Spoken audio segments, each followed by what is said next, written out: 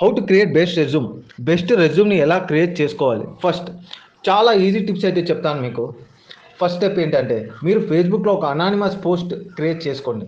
అంటే Facebook groups ఉంటాయి కదా, లైక్ బెంగళూరు జాబ్స్కి సీకర్స్ అని ఇట్లా జాబ్ గ్రూప్స్ అయితే ఉంటాయి కదా, అక్కడ ఒక అనానిమస్ పోస్ట్ అయితే క్రియేట్ చేయండి. మీ స్కిల్స్ అన్ని లిస్ట్ అవుట్ చేసి మీ జాబ్ రోల్ అయితే పెట్టేసి అర్జెంట్ రిక్వైర్మెంట్, మీరు ఎంతైతే ఎక్స్పీరియన్స్ అయితే క్రియేట్ చేయాలనుకున్నారో అంత ఎక్స్పీరియన్స్కి urgent requirement for this much of experience అని పెట్టేసి మీ అర్జెంటుగా మెయిల్స్ అయితే మీ మెయిల్కి సెండ్ చేయమని చెప్పండి. ఒక ఫేక్ మెయిలే క్రియేట్ చేసుకోండి మంచిగా. ఆ మెయిల్కే రెజ్యూమ్స్ అన్నీ వచ్చేసాయి. విత్ ఇన్ ఏ డేలో 20 to 30 రెజ్యూమ్స్ అనేవి మీకు వస్తాయి. అందులో బెస్ట్ లిస్ట్ అవుట్ చేసి మీకు అనుకూలంగా చేంజెస్ చేసుకొని మీరు అలా రెజ్యూమ్ని అయితే క్రియేట్ చేసుకోవచ్చు. ఇది చాలా ఈజీ. నెక్స్ట్ ఇంకోటి అంటే లింక్డ్ఇన్ ఓపెన్ చేసి మీ జాబ్ రోల్స్ ఏవైతే ఉన్నాయో అవి టైప్ చేస్తే మీకు చాలా ప్రొఫైల్స్ కనిపిస్తాయి. ఆ ప్రొఫైల్స్లో వాళ్ళు ఏ స్కిల్స్ యూజ్ చేశారు, వాళ్ళ పాయింట్స్ ఏం పెట్టారు అనేవి కూడా మీరు లిస్ట్ అవుట్ చేసుకొని మీరు రెజ్యూమ్ని ప్రిపేర్ చేసుకోవచ్చు.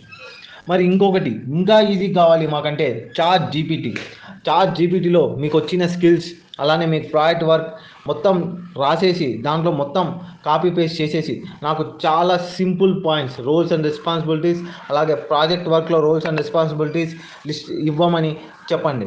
అంతే, వితిన్ 5 to 10 సెకండ్స్లో మీకు మొత్తం రెజ్యూమ్ అంతా ప్రింట్ అయిపోతుంది. మీరు వెంటనే కాపీ చేసుకొని మీ నోట్ ప్యాడ్లో కాపీ చేసుకొని పెట్టుకోవచ్చు. అలానే ఒక డాక్యుమెంట్లో క్రియేట్ అయితే చేసుకోవచ్చు రెజ్యూమ్ని. చెప్పినటువన్నీ చాలా ఈజీ, ఎవరైనా చేస్తారు. ఇలా చేయడం చాలా ఈజీ. కానీ ఈ రెజ్యూమ్ అనేది మీకు ఏమాత్రం కూడా పనికిరాదనే నేను చెప్తాను నా పర్సనల్గా. ఎందుకంటే మీకు ఒక ఇంటర్వ్యూయర్ అనేవారు ఫోన్ చేసినప్పుడు, ఒక రిక్రూటర్ అనేవాడు ఫోన్ చేసినప్పుడు మీకు సడన్గా రోల్స్ అండ్ రెస్పాన్సిబిలిటీస్ చెప్పమంటే మీరు బట్టి కొట్టినే చెప్తారు. యాక్చువల్గా దాన్ని బట్టి కొడతారు, ఆ పాయింట్స్ అని ఆ బట్టి కొట్టినైతే చెప్తారు.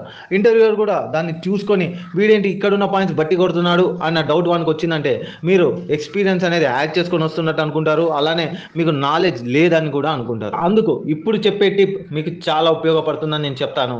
ఆ టిప్ ఏంటో బాగా వినండి. ఫస్ట్ మీకున్న స్కిల్స్ అని నోట్ ప్యాడ్లో రాసుకోండి. మీ ప్రాజెక్ట్ని కూడా నోట్ ప్యాడ్లో రాసుకోండి. ఇప్పుడు ఈ స్కిల్తో పైన మీరు రాసిన ప్రాజెక్ట్కి మీరు ఏం పని చేశారు, ఒకవేళ మీరు ఏం పని చేయగలరు అనేది ఒక షార్ట్ ఫామ్లో అయితే రాసి పెట్టుకోండి. అలా మీరు యూజ్ చేసిన స్కిల్స్, టూల్స్ అన్నీ కూడా లిస్ట్ అవుట్ చేసుకొని ప్రతిదీ ఆ ప్రాజెక్ట్కి ఎలా యూజ్ చేశారు అనేది పాయింట్ రాసుకోండి. అలానే గూగుల్లో కూడా సెర్చ్ చేసి పాయింట్స్ అయితే లిస్ట్ అవుట్ చేయండి. ఈ స్కిల్ని ఎలా యూజ్ చేశారు ముందు కూడా గూగుల్లో ఇంకా ఇన్ఫర్మేషన్ అనేది దొరుకుతుంది. అదంతా చదవండి, అర్థం చేసుకోండి. ఇవన్నీ రెజ్యూమ్ పాయింట్స్గా పెట్టుకోండి. ఒకవేళ మీకు రిక్రూటర్ ఫోన్ చేసి అడిగినా కూడా మీరు ఏమాత్రం భయపడకుండా మొత్తం చాలా క్లియర్గా నీట్గా ఎక్స్ప్లెయిన్ చేయగలరు. ఎందుకంటే మీరు బట్టి కొట్టలేదు కాబట్టి చాలా నీట్గా ఎక్స్ప్లెయిన్ చేస్తారు.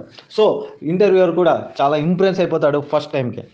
సో మీరే చెప్పండి, మీరు ఏ మెథడ్ యూజ్ చేస్తారు? ఫస్ట్ మెథడా, సెకండ్ మెథడా, ఈ థర్డ్ అండ్ చాలా కష్టమైన మెథడా?